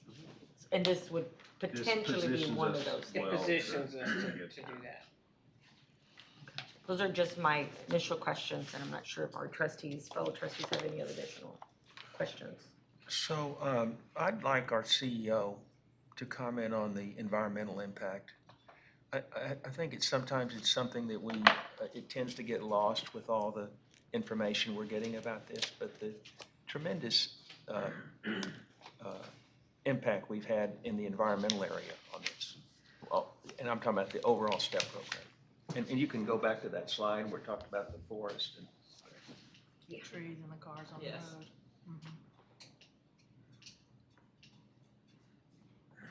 So this report, it went out in email, and it also has information on there about the company that helps us independently measure. But again, energy efficiency and conservation, we didn't create it. It has been around for 4 decades. And in many ways, it's considered the easiest, fastest way to get a control of energy usage. And that's a Trustee, you often say things to us like, why would you try to constrain energy usage? If you're managing to the peak of energy, and you only hit the peak at one point in the day, and you only hit the peak at the peak of summer, there are a lot of times like now where the temperatures are mild, that you have capacity that you will not use. And so the best thing you could do is optimize your assets and not let your peak get out of sync and let that manage, and try to smooth your energy usage for customers as much as you can. So you become more and more efficient. Energy efficiency allows the customer to be efficient and help control their bills, but they also allow us to shape our capital investment. And so we don't have to rush, we can be thoughtful about our next investments and whatever type of technology that we want to do. So it's a win-win, and it's often cheaper because that dollar you get and it's spent immediately and the value happens immediately, and you don't have interest costs for 30 years, and you don't have all of these things that you have to do, and you don't have to wait to get every megawatt, you can get it. Now, because you consume it almost immediately, you have to keep reinvesting in the program to keep the savings up, and you have certain elements of it. It's a program to be managed. But again, it allows us to move fast. We now have hundreds of thousands of people on our thermostat program that helps us control the peak, that helps us manage activity, and more people can participate. We send them notices and texts, and then we keep San Antonio from hitting their peak, which could cause rolling brownouts if you don't manage it, and we keep the grid from those peaks. So it is a very effective program, and you will find most people say it's one of the easiest ones to do, the easiest returns, the best overall dual benefit. The challenge is there's not a secret bucket of money. That's where you have to put it in the fuel factor, because everybody invests in it, but it helps us from overspending other resources. And then it helps us achieve these savings. So we're reducing the environmental impact by not having any emissions. Right. I just think to sort of boil it down, a decade ago, it was our predecessors, probably most board of us table, weren't yeah. here, made this decision. And wasn't the choice between a new power plant? We were on, if we would have built that capacity up, and at the time, we started out thinking, because we had just done a coal unit, and then we said, well, it's got to be a combined cycle unit. But we looked at different technologies, but we would have already built another 50-year asset in this time frame at the time. And technology has changed a lot. So now you have certain fast response units and other things that you can look at, other technologies. The combined cycle technology has gotten better. It's allowed us to ride that curve of more effectiveness. And so we can take the time to study more and do the right thing. So yeah, we didn't build the plant. Somebody says, well, is that a good thing or a bad thing? We think it's a good thing, and in this market, it's harder to run a From the plant. environmental point of view, what a tremendous impact that's had. Well, it's helped us reduce emissions. It's part of the reason why. I mean, I know that the community has not reached non-attainment, but if we build another plant, it'll have gone in the wrong direction. So again, we're able to do the energy efficiency, we're able to do more renewables, we're able to do this diversified program, and it is a big benefit to the environment. We have one of the biggest ones in the state, if not the nation. Most people are not spending at the levels and getting programs at the level that we're doing in San I Antonio. just think it's more of a translatable, I can relate to those savings. It's an immediate for someone who's living paycheck to paycheck to incorporate some of these items versus thinking of the macro impact of, resiliency or all the other highly technical operational things that we do as an organization. With direct results. This is something that most in the community can relate to. I think what I'm most interested in is that we could reduce the cost of implementing these things, and then I would love to see how, again, data could support in phase 2, if there's some modeling, if we can further reduce that 343 cost to implement in phase 2. Or the bigger buying. Actually, Easter, you were nodding your thoughts on this in terms of the environmental. Yeah, I'll echo Paula's comment. I mean, this is a virtual power plant. So instead of having to build a big 800 megawatt power plant, we were able to create an 800 megawatt virtual power plant with our customers, in partnership with our customers, with zero emissions. So it's a huge win for the community. All right, any other questions or comments? I know, it's tough. It is the counter, but it's like offering a diversified portfolio of different solutions. And I think for me, it's not a fixed commitment yet. I mean, it's a fixed commitment because you're saying 1 year, but you're not asking us to commit now to 10 years. Not right now. Right now. And I don't think we're prepared. I don't think I could support that, because I think that where we're at is very fluid and we're in transition. So this is a safer, proven program to, in my opinion, my humble opinion, to be able to buy into until we get better data and get more efficient with newer technologies and newer systems in place. All these new stuff that we have, right, to take all of that and see how we can, again, for the bigger buy, see how we can get more creative, but also see if we can reduce the cost per month. Okay, so if there are no other questions or comments, I would entertain a motion. So it's moved by the mayor. Do we have a second? Not from here. I will second it. Okay. I believe in my. Seconded by Trustee. Let me make can I make a? Well, no, that's what statement on the happens motion now. now? No, we have discussion, sure. Okay, number one, as you know, I'm not a fan of STEP. And you talked about you could have built a 800 megawatt plant. You could have built a plant that did not have emission capabilities. There's ways to do that. And that thing would have been generating revenue and cash flow. Guess what? Our cash flow comes from plants, not from saving people money, but from plants.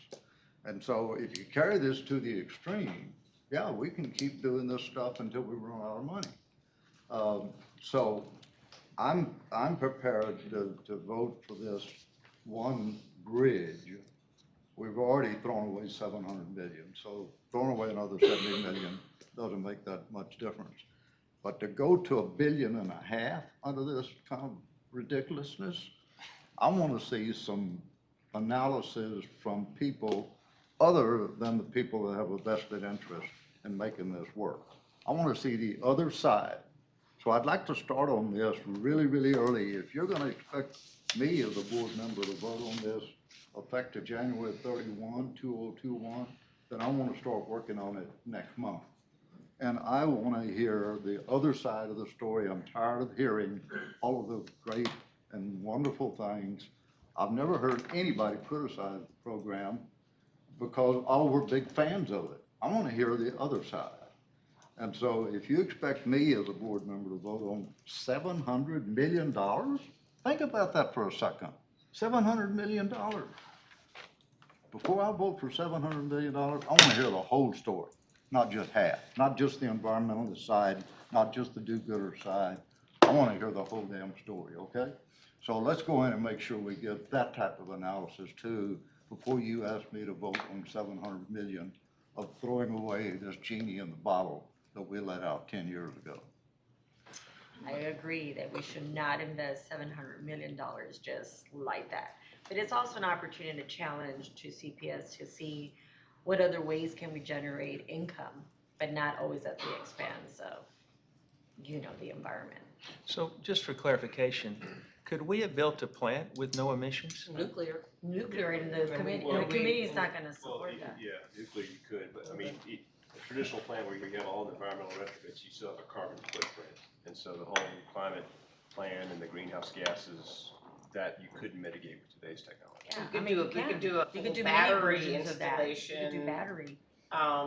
But again, it's gonna cost gonna you cost. more. This was a decision. But we'll come forward With and the we'll talk technology, about this that. was a decision that was made 10 years ago. Yes. And, I'm even saying, and I agree with you. We gotta be very wise in how we spend money. I agree with you. We do need more analysis. We do need to find out, but it's gotta, in my opinion, again, a balance act, and how do we get creative to generate income, not at the expense of those that can't afford it, and then, generate additional income to replace models that are going out. But it's a balance act. We can't do business like we used to 40, 50, even 10 years ago. That has changed. We will take that out and we will take the challenge to bring back some more Just give you the whole information. picture. not But just I half, support okay? you in the sense that we can't just spend money to spend money. Yeah. Okay. Okay, so any other questions, Mayor? You have something? I have all kinds of thoughts swirling in my head, but I'll save them for another meeting. You will? All right, then we're ready to vote, I guess. All in favor say aye. Aye. Any opposed? The motion carries. We're going to move to, thank you, Mr. Lemon.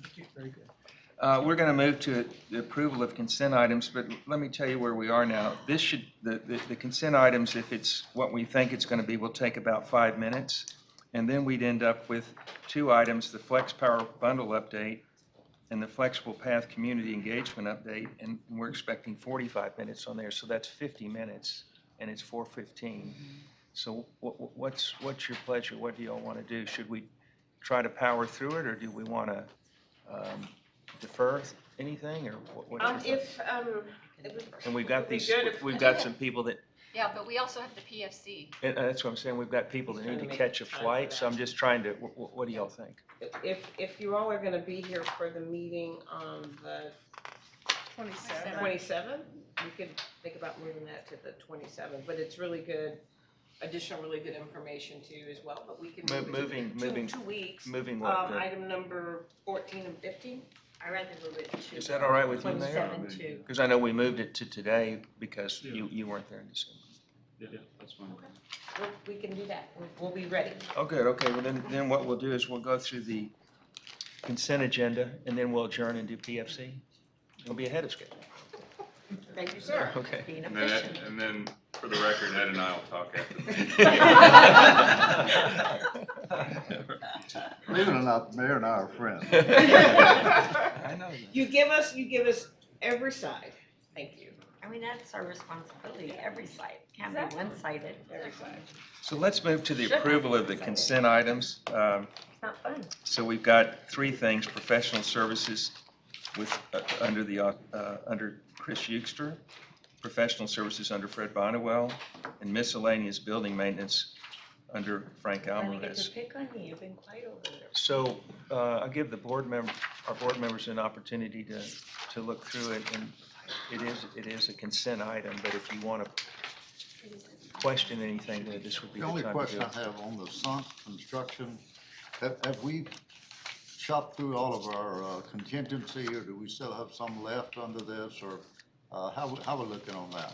Yes, sir. I first want to correct that the agenda has it listed as miscellaneous maintenance, I think, or something like that, but it should be general services, just for the record that. We'll fix that in a minute if that's okay with the Sure. board members. But answer his question. Yeah, absolutely. So this is all within the $215 million budget. It is an allocation of dollars from other parts of the project budget. He's asking if the $5 million contingency is still valid, has not been touched. It's not been Oh, covered. so no, we have not have not eaten touched it. into our C, I've not requested any contingency from our CEO. So you did some reallocation. Yes, sir. But you didn't change the scope of the program or No, anything sir. to It's that? still within the $215 million total program budget. It's not a contract modification. And not specifically, but if percentage of completion on construction today, where would you be plus or minus? Well, I guess, so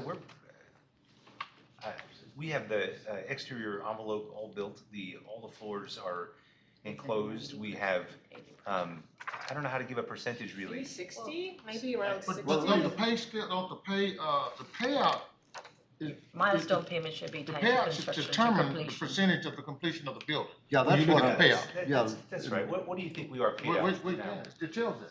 Yeah, project schedule. Well, I just don't have the number in front of me, but we certainly have that.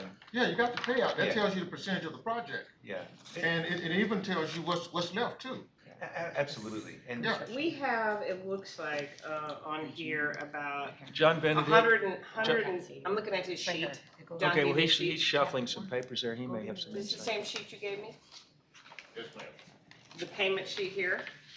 So you haven't spent the $81 million in '21, right? I'm sorry, yeah. No, we have not. Or the 30, so we have about $80 million in 20 and another 30 in 21. Those are fiscal Yeah, so I actually did have it right in front of me. I said I Do you didn't, have it? but I do. It's $132 million out of 157 for the building itself, for the construction itself. So I haven't done that percentage yet, but So that's somebody do that, Right, 132 over divided by 157. 157. 84%. there. 84% says our chief financial wizard. 84. That's right. So there- Yes, sir. And right now, in terms of construction, it's really the garage and then the finish out of the floors and things, so. So you're at 84%, but you still got some contingency left. I guess that's the question. As you get closer and closer to that 100%, obviously your contingency drops. Yes, sir. typically. So as we, what you described is exactly what's happened. As we've made progress, contingency dollars that we identified at the very beginning for things that you know are going to pop up have been consumed bit by bit, and as a result, there's less contingency now than there was at the beginning. But we have not consumed all of it, and therefore I have not requested any of the CEO's contingency at this time. This is just a reallocation of dollars within our allocated funds at this time. And just to be clear, the reason we are coming to the board on this, not that we wouldn't report all of it, is because we have a specific contract amount that was approved for Sunt, our contractor. And we're gonna be spending some dollars that would have been spent on something else on work that they are doing. So we need to amend So it's a the contract. approval for Money that. from the construction, Yes. from the construction manager to professional services. Well, sir, so here's an example of one. There were some things that CPS Energy was going to do in the audio visual side of the house. But we determined that Sun was able to get better pricing and do it as part of their work, and so we are going to let them do it instead, which results in reduction of the cost pressure on the project. So that's just one example, but there were several different examples that sort of similar categories. But you keep it underneath the overall budget. Yes, sir, that's right. And is that still, and I can see what Sun, being construction manager at risk, would want that to come under them, because if it comes under them, they're gonna get a percentage of this too. Because that's part of the construction manager at risk. Well, they're allocated work, and Yeah. as a result, that increases their Yeah. their contract. Yeah, That's I right. understand. Yeah. And, you know, good news is, if it's a win-win, we Yeah, wouldn't long do it as if it wasn't cost-effective But, for us. but I guess his question really, long-term, will it continue to be win-win, I guess is mainly his. We believe His so. question, the forecast-wise, forecasting on the project, management of it, will it save today, reallocate it, but then down the line, tap into I feel the confident, contingency? I feel confident that we're gonna be on budget and on time, Okay. on our $215 million budget. Okay, your budget's on time, $215 million, $215 million. But what is the completion date? Substantial completion is targeted for the middle of of June. And then after that, there are things that have to take place before we can move in, as you know, with your experience, which I'm really saying it for everyone else in the room. And we'll be moving in late September is when we'll start. And then we'll be, and that's after our summer season. By It's the end of after September, we move in. We'll beginning. Begin to Yes, sir. start, okay. And we're timing that so as to be the minimally disruptive to the organization. For example, our customer organization, we would not want to be messing with them in early September. It's still very hot. We get lots of phone calls still. So we want to time that to be least impactful. And that seemed like enough time from June to September to do a lot of that closeout and make sure you do that check, punch list. right. And that punch list is really a key. Yes, sir. Really a key is that punch list. Yes, So sir. as long as you're on top of that punch list, I'm fine. Yes, sir. And then Somebody, so we've got 3 items on the consent agenda. So the first is professional services. It has your name and Dr. Easter. Right. Give me a summary of what that is. So that's Just in that's 2 or just 3 to, sentences. find engineering firms that can help us with our distribution planning. All these new technologies are gonna be hooking up to our grid. We gotta think about our grid differently from a dynamic technology standpoint. So these are a variety of different firms that help us with planning, engineering around our grid. And what are those, what are the firms and the amounts? Let's see.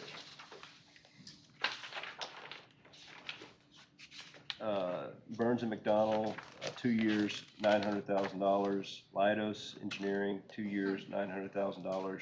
Schneider Engineering, 2 years, $600,000. And Schneider Electric, a different company, 2 years, $600,000. Okay. And then the second item is Mr. Bonnewell's.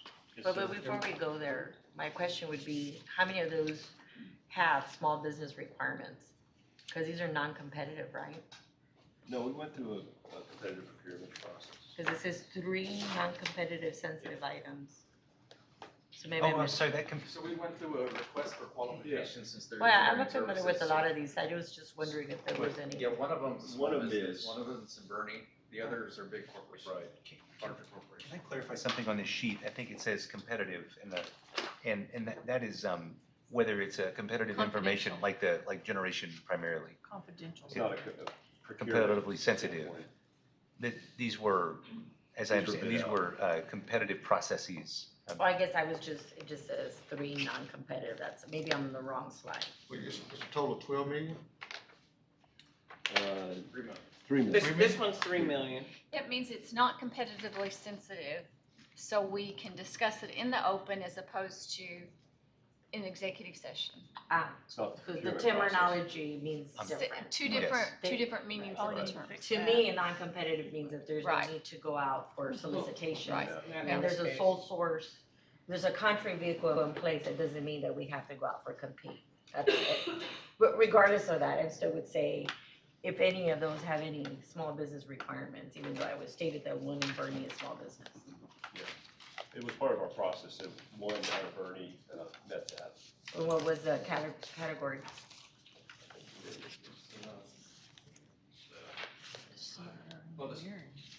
Those, yeah, what was it? Was it woman-owned, veteran-owned? Was it hub zone? Was It was it? local diverse, It's local and diverse. well, but it was diverse. Probably need to find that. Was it based on revenue under NICS code? What was it? So, the local would obviously not be a relationship with the, so it's not small, as far as I know, it is local. Therefore, like the NICS code stuff wouldn't apply necessarily. Mr. Steen, were you gesturing at I something? thought you were trying, you're behind the, Yeah, I know. come around the column so you can see. He's trying to tell you something. No. I was just letting Chris know that normally when we go through the process and they do qualifications, and then the purchasing team will look at, validate that they're local and diverse, but there's definitions for that. Well, no, I know, but that doesn't satisfy Right. the diversification that we need to be considered. So like, for example, it could be local, but we want them to say, okay, I'm gonna pick on, and I know Peg Dawson very well. Right. Peg Dawson is big, and say, well, we would like to see 20% of the 2 million go to minority owned or woman owned or whatever, small business under $1 million revenue. That to me is being more specific with We'll get you requirements. the specifics on the Okay. local diverse. And then there's no question that these firms are not qualified, because I'm familiar with a lot of these firms, so it's not a question of that. It's just making sure that if we can, not in all areas, because there's specialization, but there is a lot of qualified organizations that can team. I'm a little confused. You said $3 million for this first project under Chris and 10 million under Fred. However, in the package, it says that, the board approved $12 million needed to. One be more added. sheet.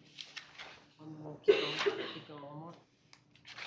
That one, that's the one that sheet applies to. It's for non-diverse. The sun, because it's a sunt. Uh-huh.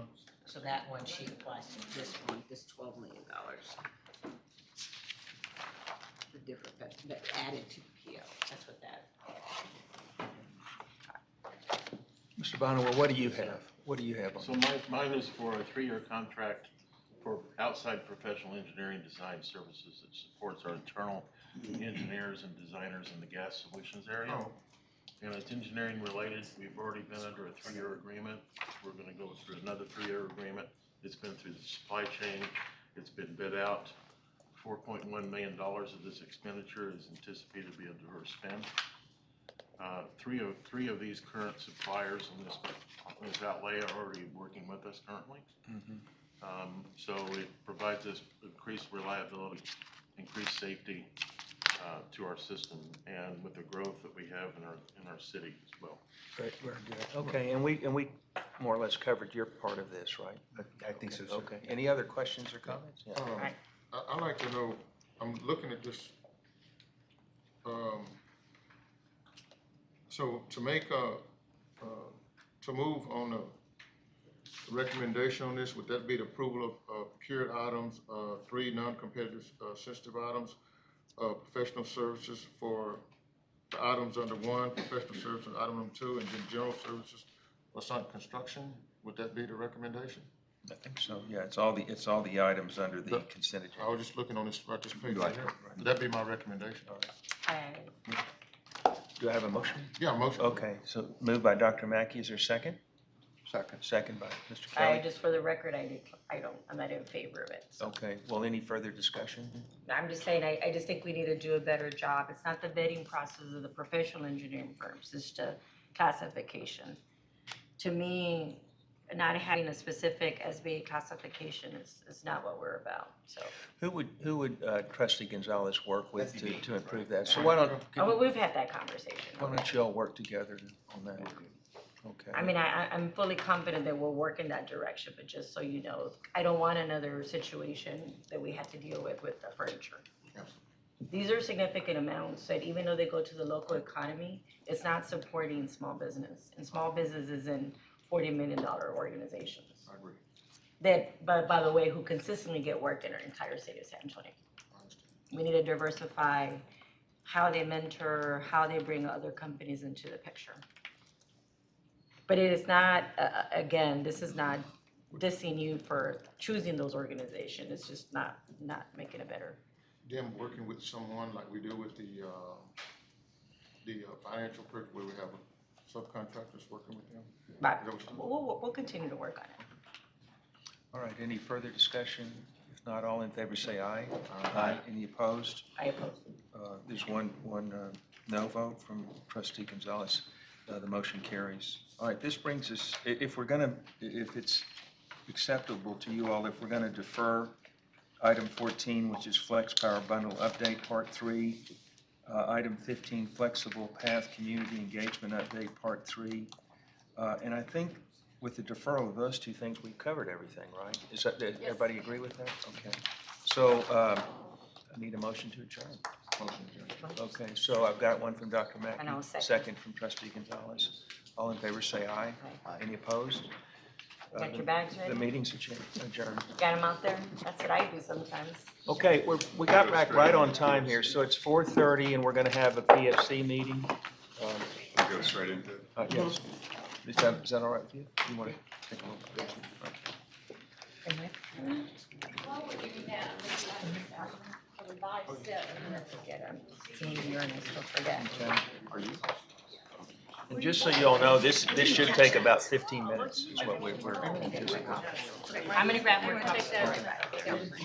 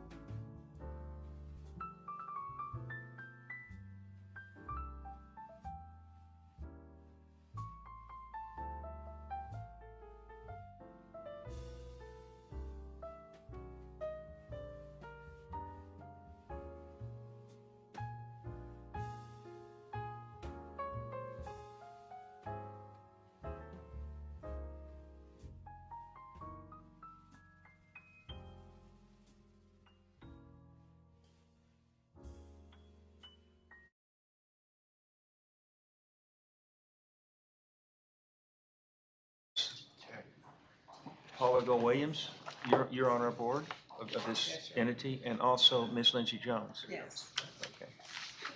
So the first item on the agenda is the approval of the board meeting minutes from our meeting on July 29th, 2019. And we had a packet that was delivered in advance, but since then we've had some tweaks. They're not substantive, they were just, Yes, I have added something that the chair noticed, or pointed out to me. I have made some revisions to the minutes, and they reflect both the mayor's presence at the meeting and also motions that were made by the mayor and not by Mr. Steen, which is how it had been recorded. and also Ms. Lindsay Jones. And Ms. Lindsay Jones as well. So, if you want to take a minute and look at the minutes. Substantively, there's no change All right. other than that. So look at it and I'll entertain a motion to approve the minutes of the July 29th meeting. So moved. It's moved by the mayor. Is there a second? Second by Mr. Kelly. Any discussion? All in favor say aye. Aye. Any opposed? The minutes are approved.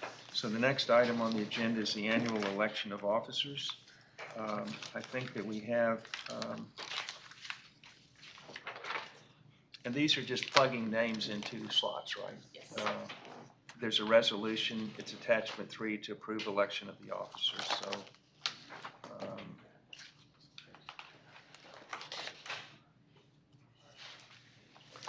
And Mr. Steen, one thing to notice is that we have formerly had John Bonin as executive director, but we have added Paul Vinson in a new role here because John is retiring. Is Paul here? He is not, he's out of the office All today. right. So this is just corporate housekeeping. Is there any discussion on these, or if not, I'll entertain a motion. I'll move. So moved, moved by Mr. Kelly. Is there a second? Second. Second by Ms. Lindsay Jones. Any discussion? All in favor say aye. Aye. Any opposed? The resolution carries. Next is a recommendation. This is agenda item 4, recommendation to appoint director. And Ms. Shellman, this is go ahead and take this one if you would. Yes, just because of the way the bylaws are written, members of the board are appointed for 2-year terms, and Dr. Mackey needs to be reappointed by this board for a full 2-year term. And so this board will take the action, and then the city council will take the action. All right, so we do it, and then the city council will take it up. Yes, and if there's some way that we can get it so that all will be on the same sequence, we will do that, but we haven't been able to do that so far. Okay. So the motion is to reappoint Dr. Willis Mackey to a 2-year term to expire on 1/31/22, pending city council approval. Correct. All right. Do I have a motion? I move. By Mr. Kelly. Is there a second by the mayor? Mayor Nurnberg seconded. Any discussion? All in favor say aye. Aye. Any opposed? Motion carries. Agenda item 5, which is the last one, is the annual approval of the financial authorization and approvals policy for banking and investment. Yes, and if you notice, often we do tweak this policy, but in this instance, the only change that is being proposed is the date. There are no changes to the policy. There's one little word, but it's not major, and a little punctuation. I'm sorry. That's it. Nothing material. Okay.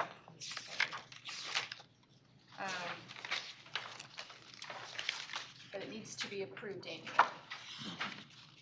Yeah, I noticed in that cover letter, it said no substantive changes and only a few minor cleanup edits recommended this year.